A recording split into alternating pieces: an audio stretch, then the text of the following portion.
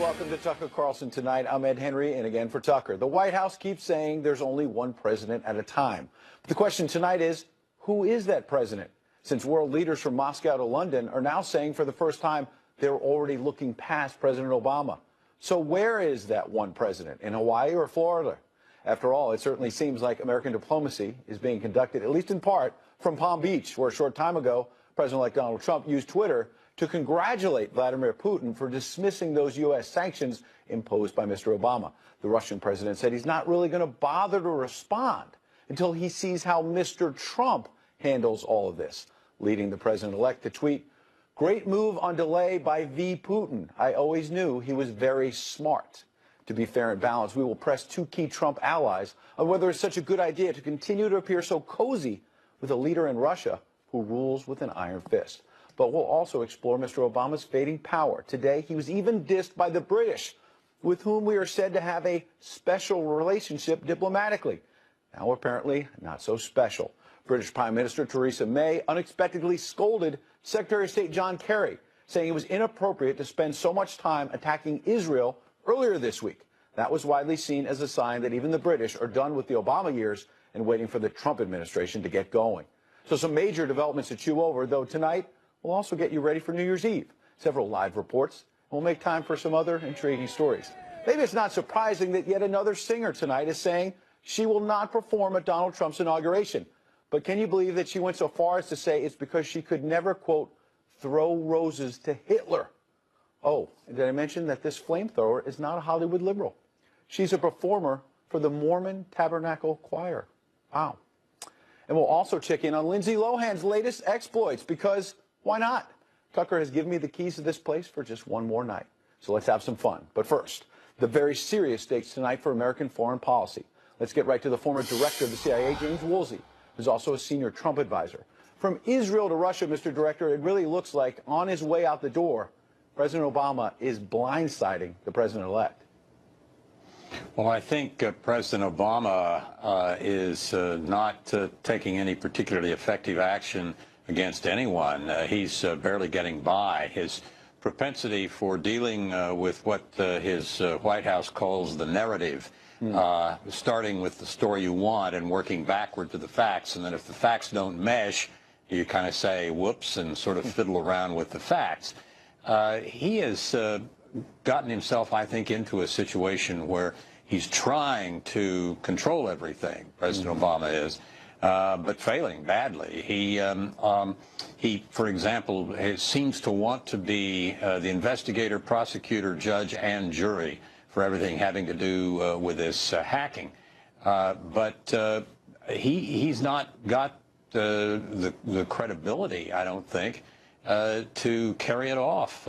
People see that he thinks the hacking is important and serious, and it's one of the things that I think is degrading a lot of people's assessment of the hacking. Mr. Director, earlier this morning on Fox and Friends, I asked Rudy Giuliani about all of this, and he also ripped into the president. Listen to this.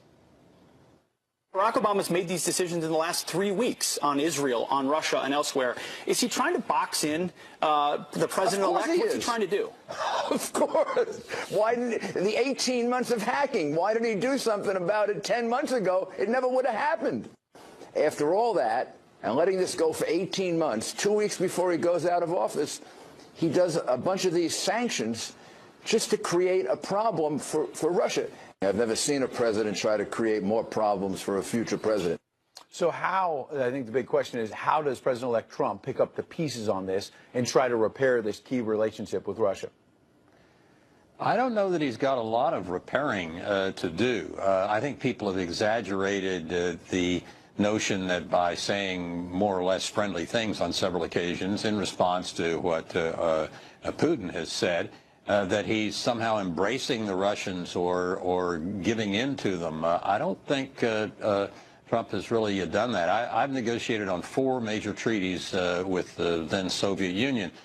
3 of them, they were very hard to get along with. We never really got anywhere. There was table pounding, etc. On the 4th one, we negotiated a very substantial treaty in 5 languages covering all the nations of Europe's military forces. and the Russians were really very easy to get along with. They wanted to work on the problem. So, you know, there are Russians and then there are Russians. And if you can work with them on something, okay, give it a try. Sure. If not, then I think Teddy Roosevelt had it right. Speak softly, but carry a big stick. Right, but in this case, you have a situation where the president of Russia, as you know, has led with an iron fist. He's hardly been small d Democrat. And the intelligence agencies, as you know better than anyone, are suggesting that they were interfering in the American election process. And so I wonder, why is Donald Trump out there saying he's a very smart man? Well, that's still, you know, not some kind of giving in. That's a light compliment, I would say. And one sometimes does that in diplomacy. But he didn't give anything up by saying that. He didn't give anything away.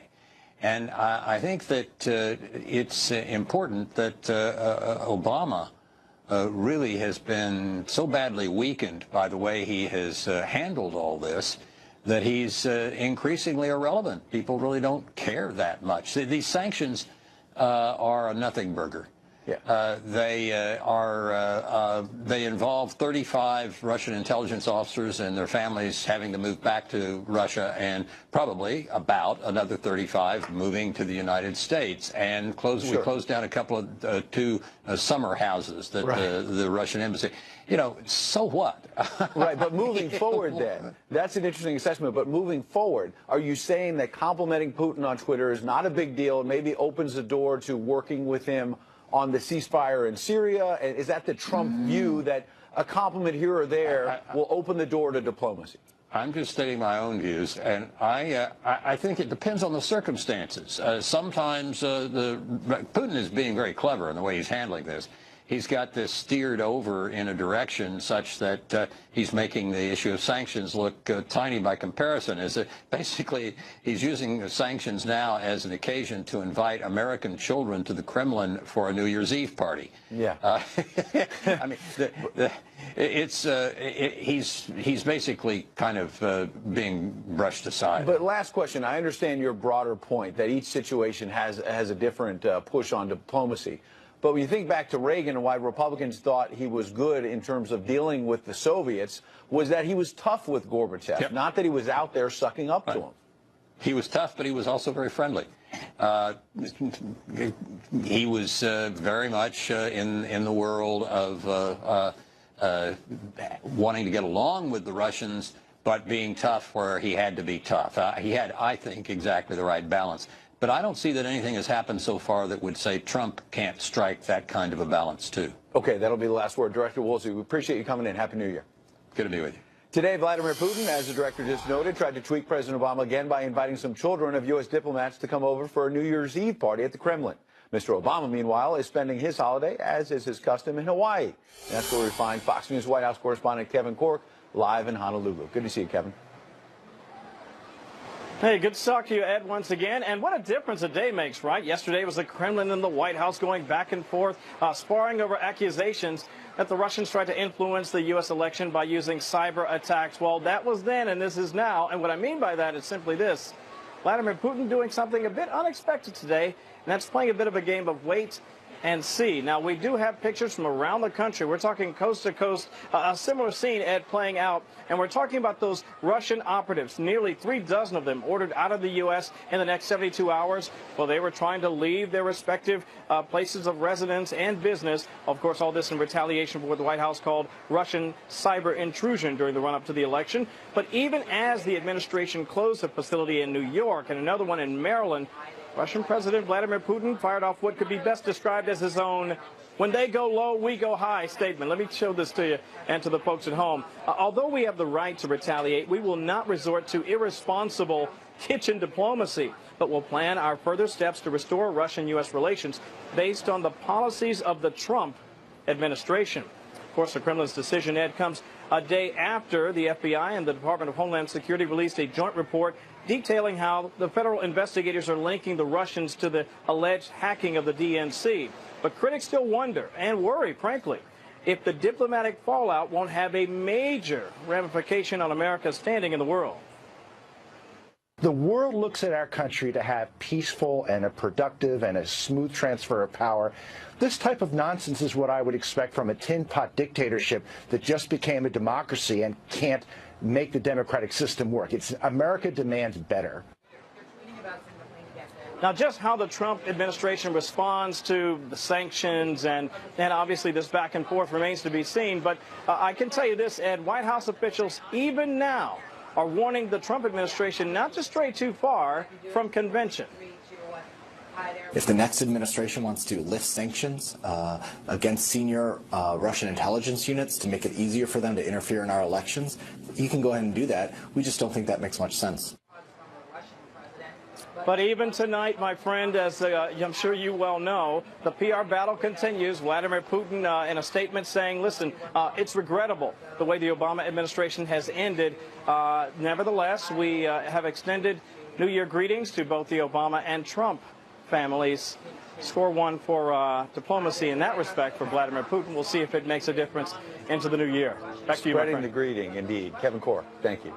And while foreign leaders may be looking past President Obama, we learned today he's now scrambling to try and salvage his legacy on the home front. Next week, the president will make a rare visit to Capitol Hill to huddle with top Democrats to come up with a plan to save Obamacare. Who better to check in on this than our friend, Democratic strategist Jessica Tarlov.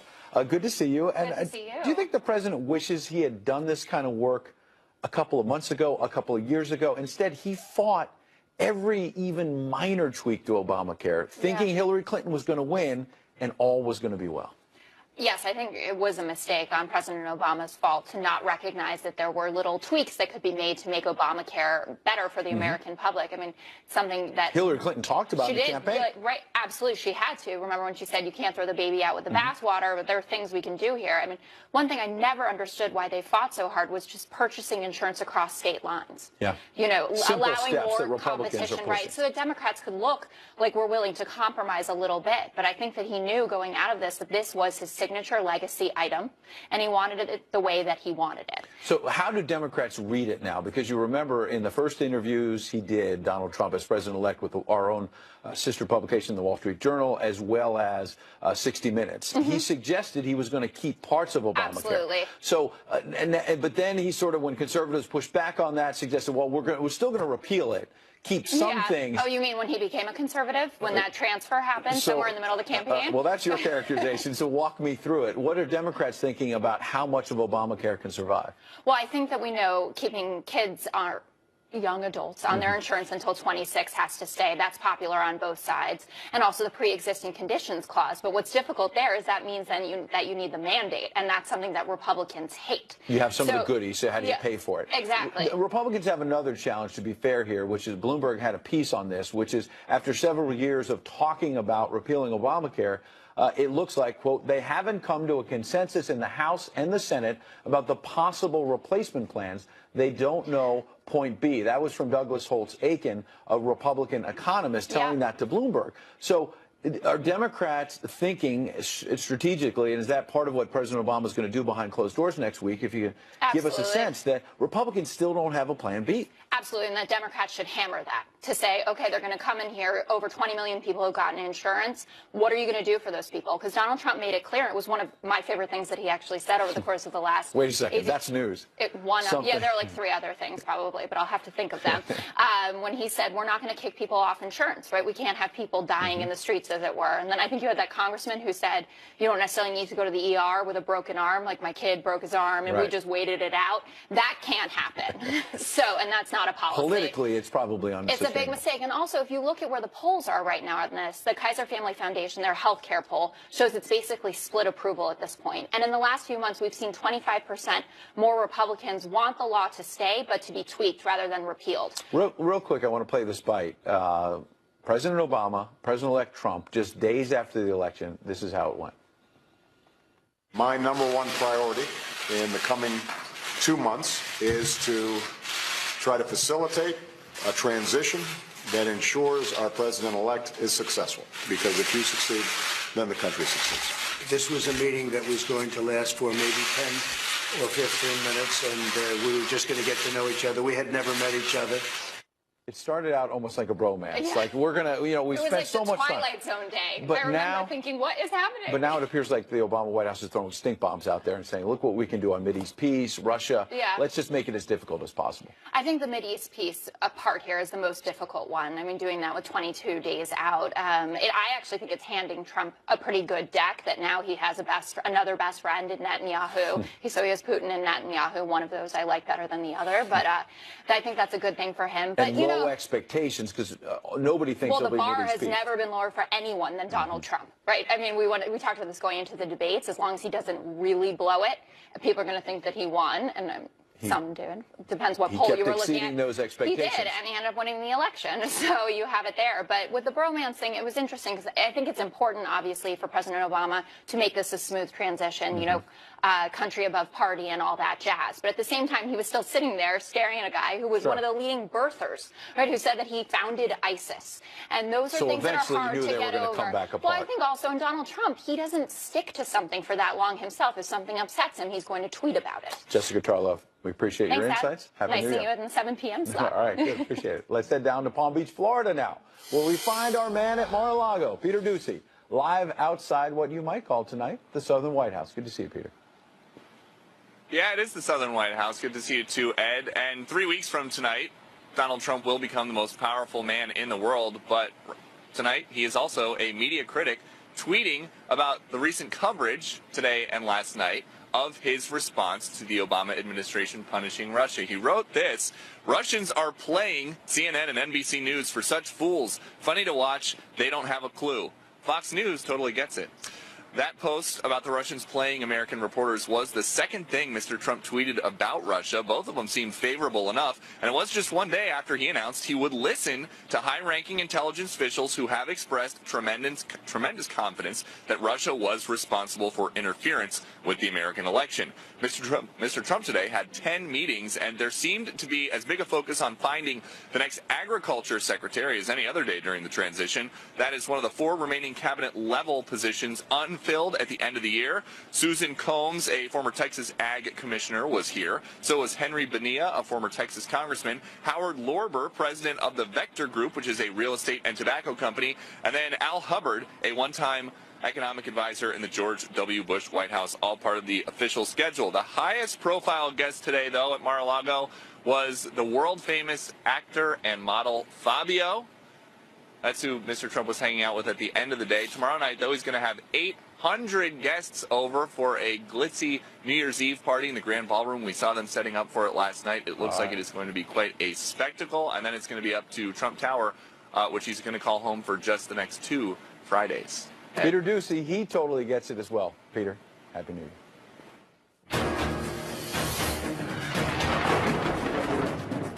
And now it's time for Twitter Storm, our nightly forecast of social media's most powerful weather patterns. You remember Lindsay Lohan from her hit movie Mean Girls and, well, other stuff. Homeschooled. That's really interesting. Thanks. You're like really pretty. Thank you. So you agree? What? You think you're really pretty? Well, now Lohan said she's like totally eager to make a sequel to the movie. But bro, she's forgetting one important fact. There already is a Mean Girls 2. Well, that has people on Twitter talking. Ron Globe tweeted, "Hello, Mean Girls 2 came out in 2011. I mean, I'm with Lindsay on this one, really. Who knew?"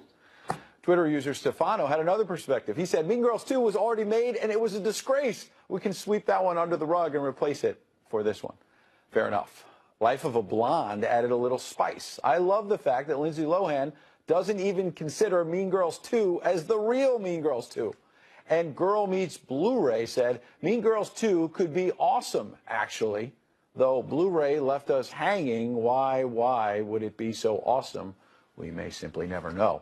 Others on Twitter were quick to point out that maybe too much time has passed since the original Mean Girls. At Fiza76 tweeted, "Who's she going to play, the teen's grandmother?" And Deplorable Jane was even harsher, saying she is not aging well. If she waits any longer, she'll have to do a mean old ladies. Wow, look at that. This started as Twitter Storm and morphed into mean tweets. Take that, Tucker. Anyway, we're up on this stuff. Not just that politics stuff. Mean Girls 2 is not even the only sequel people are talking about. The website Radar Online says the original Sex and the City cast is set to make a 3rd movie. Wait, has anyone checked if there's already a Sex and the City 3? Maybe that could be Monday's Twitter storm. Meanwhile, President Obama, is he boxing in Donald Trump with his last-minute moves? We'll take a look at the evidence coming up. Also, terror scares have forced police to step up security at New Year's Eve celebrations all around the country. We'll take you live to Times Square to see what's being done. Coming up in question as we look forward becomes, are these moves boxing in President-elect Donald Trump? Time now for our political panel with John McCormick, senior writer at the Weekly Standard, and Jillian Turner, former National Security Advisor. Let's start here with Jillian. You worked inside the National Security Council at the White House. And Theresa May, I mentioned this at the top, British Prime Minister, put out this statement saying today, we do not believe that it is appropriate to attack the composition of the democratically elected government of an ally. She was obviously referring to the fact that Secretary of State John Kerry and the Obama administration has spent so much time in the last week attacking Israel. What do you make of an ally like Britain coming out and calling out the Obama White House? But here, what's so funny about that quote is you could also read it not knowing the context and think she was talking about Russia and the United States. Their alleged interference in our American elections. So that was an interesting point there. Not knowing the context of that tweet myself, when you just said it, that was the first place my mind went. But I mean, look, obviously relations between the United States and our adversaries around the world are strained. With many of our allies, too, like our Western European allies, are not in as great shape as they've been in the past.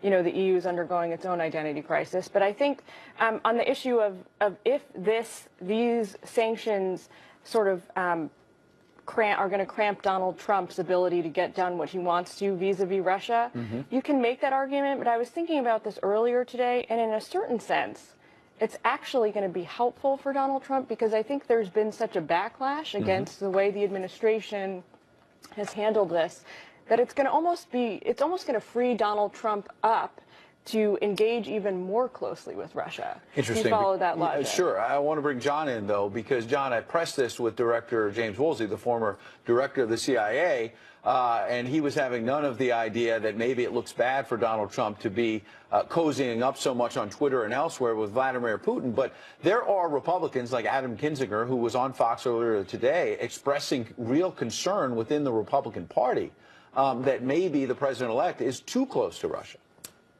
Yeah, I think there are a lot of Republicans who are concerned and really want President-elect Trump to remember that, you know, he's going to be elected, he's going to be made, inaugurated the leader of the free world, and that, you know, this issue with Russia, it's not just about a petty squabble about how Hillary Clinton lost the election. I mean, Russia, over the past few years, I mean, they've invaded Ukraine, journalists have been murdered in Russia, and I think that President Trump really needs to step back and first look at the evidence in terms of this hack and determine for himself whether or not the extent to which Russia was involved, as they are alleged, and to evaluate on behalf of U.S. interests what exactly the proper response should be, rather than tweeting about how smart Vladimir Putin is. Jillian, you worked in both the Bush and Obama administrations, the National Security Council. Transitions can be difficult, but this one started out friendly, and now it's become pretty intense. I've never seen a situation where you have almost dueling foreign policies. Yeah, oh, completely. And it's certainly very different from the Bush to Obama transition, which, despite the major policy differences between the two administrations, remained friendly,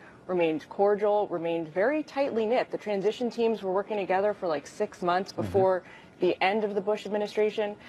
Just to enhance this Russia point, the beautiful thing about a transition in this country is that the new president, whoever he or she is, always gets to start with a clean slate. So I think Donald Trump should be commended for having kind of optimism about Russia. He wants to make the bilateral relationship stronger, but my worry, I hope he succeeds, but my worry and my concern is that once he's been in office for a very short amount of time, he's going to learn very quickly that dealing with Vladimir Putin as a counterpart, a foreign head of state, is very different than dealing with him as some guy on the news. John, real quick, I want to get to another part of this transition. I mentioned there was a singer on the Mormon Tabernacle Choir who says, quote, "I only know I could never throw roses to Hitler, and I certainly could never sing for him." She was talking about how she will not go to the inaugural. What happened to civility for whether it's a Democrat or a Republican being inaugurated? Oh, well, that's definitely some over-the-top language, I think. Maybe people have a newfound respect for conscientious objectors.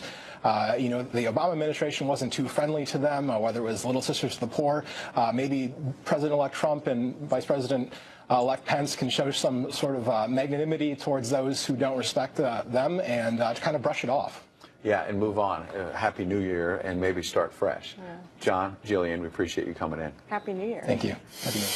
We mentioned it looked like a brewing bromance. They were practically calling each other Barry and Donald. So what happened to that smooth transition between Mr. Obama and Mr. Trump?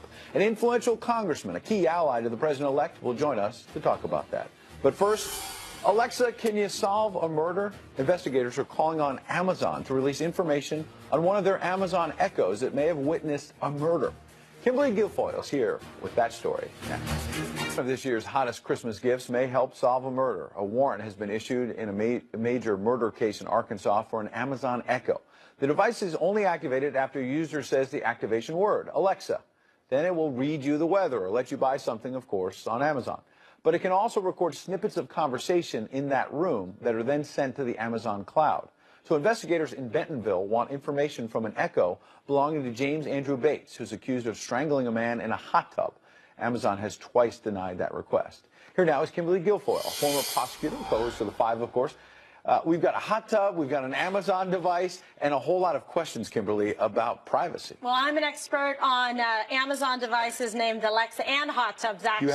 Yes, I'm a big aficionado of hot tubs, and I own an Alexa. In fact, I got one as a gift from my son, Ronan, and he loves it. He swears by it. I think it's fantastic. It's great technology, but with great technology and recording, it becomes great responsibility. Fraught with privacy implications and issues, and you see it here. And as a former prosecutor, sure, we want to get any kind of evidence that we can, and social media has been a big tool in terms of forensics for people to be able to get information from text messages, cell phones, email, Facebook's accounts, and now the little mini robot, the computer in your home that actually can record conversations or what's going on. It's interesting because Amazon is an issue of privacy. They don't want people to stop buying these and feel that they're going to be compromised, so they're saying we won't do it. Yeah, because on one hand, we've seen this with Apple as well, and iPhones. Yes, and remember San Bernardino. Right, and terrorists texting each other, go here, do that, and you obviously want to get that information.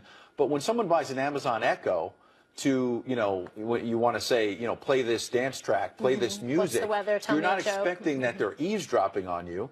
Hopefully people are not committing murders and getting caught with it, but you don't expect that they're recording you all the time. So how do you think that you walk that line? Yeah, that's why this is so fascinating. So you do have to be careful. Like you said, you really do, because you have to make sure that Alexa isn't hearing or recording anything that you might not want her to. But imagine, this is going up to an Amazon iCloud. So you're really not sure, in fact, what information she could have. But they say they can store like an hour's worth of information, etc. So there could be something relevant here. Well, listen, if one of my loved ones was murdered, God forbid something happened to them, and I thought a device like this would have information that would be probative. Could crack the case. Absolutely, you would want to get a hold of it. So then you're going to have to go before a judge and make those arguments. And it's really a case where the law has not caught up in good measure with technology. Absolutely. And that's what we're seeing here. And they're coming to over and over again to this same issue where they are hitting one another in the divide.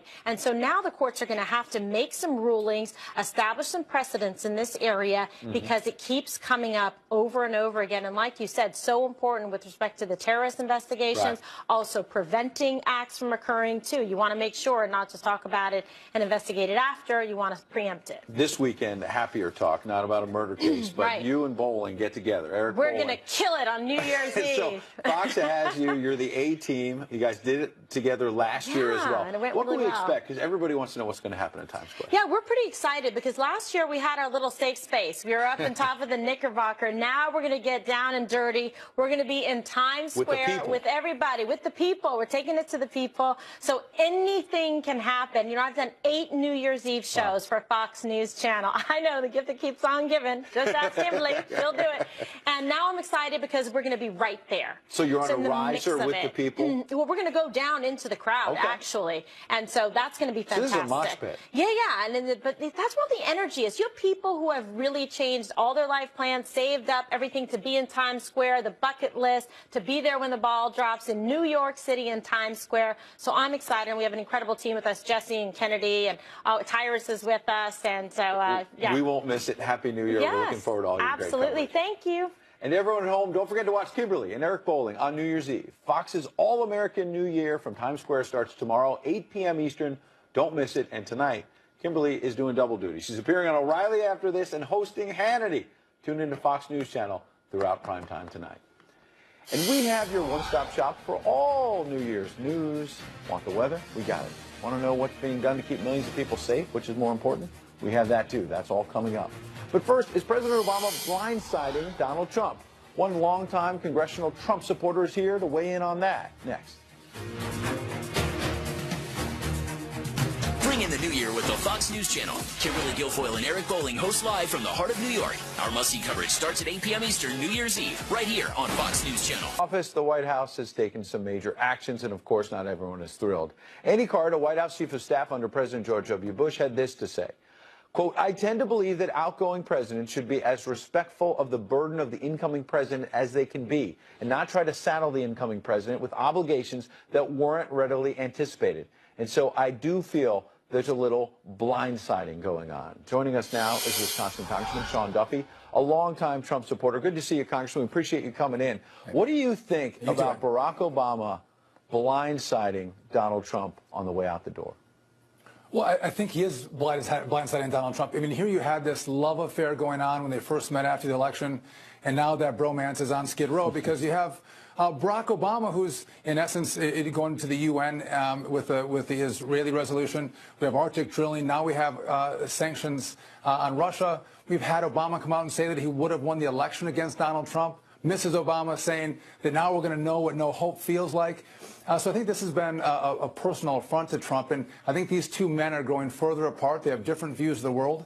And if any of us think that Barack Obama on January 20th is going to ride off into the sunset like George Bush, it's not going to happen. He's not going to go away, and I think Donald Trump's going to have to deal with Mr. Obama for years to come, which I think is going to be a new era of how ex-presidents deal with current presidents. Interesting point there, because Donald Trump is also going to have to deal with a lot of important players on the world stage like Vladimir Putin as well. And so we've been talking about it this hour. This tweet earlier today where Donald Trump said, quote, great move on delay by Vladimir Putin. I always knew he was very smart, saying that he's going to delay responding to President Obama directly, a tit for tat on U.S. sanctions, and wait, maybe critics say, until he has a better hand and deals with Donald Trump, who's out there praising Vladimir Putin on social media. Yeah, Ed, I got to tell you what, during the campaign, Twitter works really well, and Donald Trump was a master at driving his message through Twitter. But when you're dealing with foreign governments, it becomes far more challenging. What does Donald Trump really mean by the tweet? And it's hard for us, it's a head scratcher to go, what message is he trying to drive? What I'm taking away from this is Donald Trump is going to be unpredictable. In one breath, this week he's saying, great, smart move, Vlad. But last week, as Vladimir Putin was talking about modernizing his nuclear weapons, Donald Trump was like, and so are we. Mm-hmm. And if you want to get into a nuclear arms race, have at it. You did it 20 years ago, 30 years ago. You were destroyed. Try it again. So Trump is unpredictable, and I think that's going to be a new change-up in the way he deals with foreign leaders and also with the U.S. Congress. Sure. We just don't know where this guy's going to go. Congressman, I have to press you because, yes, I get the positive side of that, and Donald Trump has made that case, that being unpredictable, then other world leaders, they don't know what you're going to do, and maybe they're a little scared of the U.S., more scared than they've been over the last 8 years, perhaps. On the other hand, some of your own fellow Republicans, Adam Kinzinger, one of them, was on Fox earlier today saying he's a little concerned about all this. Watch. It's okay to say we want to re-engage the Russians and have talks. That's great. But it's another thing entirely to say, hey, they're really our friends. They're really the great protector. That's not the case at all. And I hope some of his words change. But I think he's going to be a fantastic president on a lot of fronts. So it's important to be fair there. He's saying he'll be a fantastic president, but he's expressing concern that maybe he's being too nice to this Russian president. So I think it's important to put this into context. I don't think Vladimir Putin is a good guy. I think he's a thug. I don't think Russia is an ally or a friend of the United States of America. They might help us as we both deal with radical Islamic terrorism, but we don't see eye to eye on a lot of issues. I think Mr. Trump is trying to navigate a fresh and new relationship with Putin. But if anyone around the world or in the United States thinks that they'll walk over Donald Trump You just have to look at his business record. No one gets the better hand on Donald Trump in business, and no one got the upper hand on him in this presidential election. He's a savvy operator, and he'll play his cards effectively and usually comes out the winner. So I have all the faith that Donald Trump knows what he's going to do. He's not going to get pushed around like Barack Obama did from Vladimir Putin or other foreign leaders. He is going to be a tough, strong American leader using American force and strength for good in the world, as opposed to this idea that Barack Obama had where he's going to travel the world over and apologize for American power.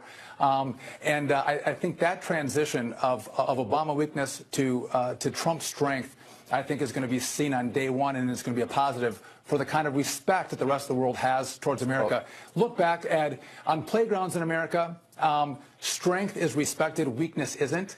Obama's been weak. Donald Trump is going to be strong, and that will demand respect from Putin and China and ISIS and everyone else, I think. Yeah, no doubt this is a much bigger playground and the world is watching. Congressman Sean Duffy, we appreciate you coming in, and Happy New Year.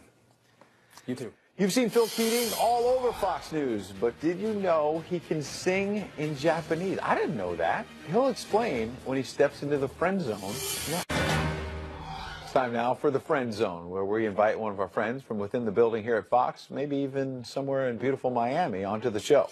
Tonight, we're joined by correspondent Phil Keating, who you usually see near a beach somewhere with his hair softly blowing in the wind. And what a head of hair it is, Phil. Thanks so much, Ed. You know, it's freezing here today. 63 degrees. Cold front came in. That's cold for you. Everybody's wearing their sweaters and scarves. I was in Miami recently at the Wynwood Diner with my wife, Shirley, and you walked by. And we didn't know we were going to see each other. And you had cut your hair, because normally it's a bit longer. And so I didn't recognize you at first. And then I saw you. And I'm wondering, because now you're standing in front of a Benihana. So you're moving all around Miami. And I have no idea why you're in front of Benihana. Well, I'm supposed to tell and share a fun, exciting, entertaining personal story that doesn't deal with my news career. And so I'm thinking, well, let's see. I'll go back to one of my favorite jobs. I had a lot of jobs in high school and college. Worked at Baskin-Robbins. I was a bag boy at a grocery store. Worked at a pizzeria. But my start in show business came at Benihana. I started as a dishwasher. And this is in St. Louis, where the restaurant's actually called Robata of Japan, owned by the owner's sister, so they changed the name for whatever reason. But everything's the same. The chef cooks at the table, 8 people sit around it, hibachi style. And so I was the dishwasher, then I would work my way up to busboy. And then in college, I had this sweet mullet. I think we have a photo. Yeah, we just saw the photo. It's pretty remarkable. I'd go to the pool every day. Yeah, I'd go to the pool every day, bake, get a tan, go home, shower, go to work at 4 o'clock, party afterwards. It was the greatest job because, when you're 18, 19 years old, you're just out really to have a good time. And you learned how to sing in Japanese that way. If you know what I'm saying. Is that how you learned how to sing in Japanese? Yeah, so I would do the birthday song at the table. In my tuxedo, I'd say, all right, we got a birthday. It's my shirt. So I had the whole table's attention, and we'd go like this. Ichi, ni, san, shi, go. Shiawase na ateo tatako, shiawase na ateo tatako, shiawase na atai dorashimi soyo, sorimi na ateo tatako, and we take a photograph, Polaroid. I love it. You know what? I was going to ask you to sing, times. and you're so good that you just seamlessly went in there. I've got 15 seconds. You're always a big part of the New Year's Eve coverage as well, and it'll be the same tomorrow night, right? Yeah. It will be a lot of fun. We'll be at the W Hotel South Beach. German DJ who's had a couple of #1 hits, Robin Schultz, is spinning out poolside. And hopefully no crazy moments like we had a couple of years ago when I was interviewing some young ladies live about their New Year's resolution. And they said, we're going to blank stuff up in much different words than that. Oh, boy. Live on television. It was quite the viral moment. Phil. But it should be fun. A lot of pretty people. You're always professional, never shaken up by that. We appreciate you coming on and your singing voice. That was awesome. Happy New Year. Thank you. Sayonara. Coming up, millions of people head to Times Square tomorrow. Just a block away from here. Will they have to brave the cold? And what is being done to keep them safe? Nearly 30 hours from right now, the ball will drop in New York's Times Square, and 2017 will be here. We've got live team coverage from Times Square, plus your forecast if you're planning on hitting the streets tomorrow night. Let's begin with Brian Yennis live in Times Square. Good to see you, Brian. Hey, good to see you, Ed. pretty much this time tomorrow night, some 2 million people from all over the world will be standing here in Times Square to watch the ever-exciting 60-second ball drop and welcoming 2017. And these perfect strangers will be standing side by side, braving the cold, no toilets, no alcohol, to be a part of history. And, of course, security will be tight. The NYPD really employing for the first time ever sanitation trucks to protect this event. Some 65 trucks will be put in place around Times Square. They weigh about 20 tons each. They'll be packed with some 15 tons of sand. They're meant to be unmovable to protect this area from possible vehicular terror attacks like we saw in Nice, France over the summer, and in Berlin, Germany just less than 2 weeks ago that killed some 12 people. Now, the NYPD says they've used these trucks before, but never at New York at the New Year's Eve big event. Also, some 100 police patrol cars will be put in place to block intersections. Some 7,000 police in plain clothes and uniform will be here as well. Some radio detection equipment, boat patrols, helicopters, bomb-sniffing dogs, you name it. The NYPD says there's no real specific credible threat here, but they also say that this will be one among the safest places in the world tomorrow night. Should be a fun time here in Times Square. Ed? Fun indeed, Brian. Thank you and Happy New Year. Fox News chief meteorologist Rick Reichmuth is tracking all your New Year's weather. Rick and I sometimes get to spend a little time on Fox and Friends weekend. I'm sleeping in tomorrow, but I hear you're going to actually be right there at the ball in Times Square giving a preview on Fox and Friends. That's true. Well, if anybody needs a break on a Saturday morning tomorrow, it's you after how much you've worked. But I will be up in the morning at that ball on the top of the building right there in Times Square all morning on Fox and Friends. So tune in. You get all kinds of history on the ball and more about what's coming up in Times Square tomorrow. Tomorrow night at midnight, 42 degrees, not bad at all. That's above our average daytime high. So things across the Northeast looking good. Very good news after the big storm that moved through and brought all of that snow across Maine. Still people without power. Now behind that, we have the lake effect snow that's going on. And then a storm brewing out across parts of the South. One here in Southern California. That's going to be with us still tomorrow. And then this moisture you see there across parts of Texas. That is what we're going to watch kind of really building and bring a lot of rain here across parts of the Southeast, including tomorrow night at the time that the ball drops. I think Atlanta, you're going to be washed out for all of the activities that go on there where the peach drops. The East Coast, you're looking good. But the other big story is going to be the Central Plains are good, but Seattle probably getting in on some snow tomorrow night into Sunday. That does not happen very often, but a big storm moving in there. If you are maybe on Sunday just on the couch nursing a hangover or something, not looking that bad anywhere in the country. The cold air returns to everybody this week, though, starting in the Pacific Northwest Monday into Tuesday. Rick, Happy New Year, and good luck with that alarm clock in the morning. Yeah, thank you. That's about it for us tonight. Tune in each night, 7 p.m. Eastern, to the show that is a sworn enemy of lying, pomposity, smugness, and groupthink. I've almost memorized that. And don't miss the Fox All-American New Year. Our live coverage from Times Square tomorrow starts 8 p.m. Eastern. The O'Reilly Factor up next. Thanks to Tucker and his whole team for making me feel welcome. Mr. Carlson is back Monday. Good night and Happy New Year.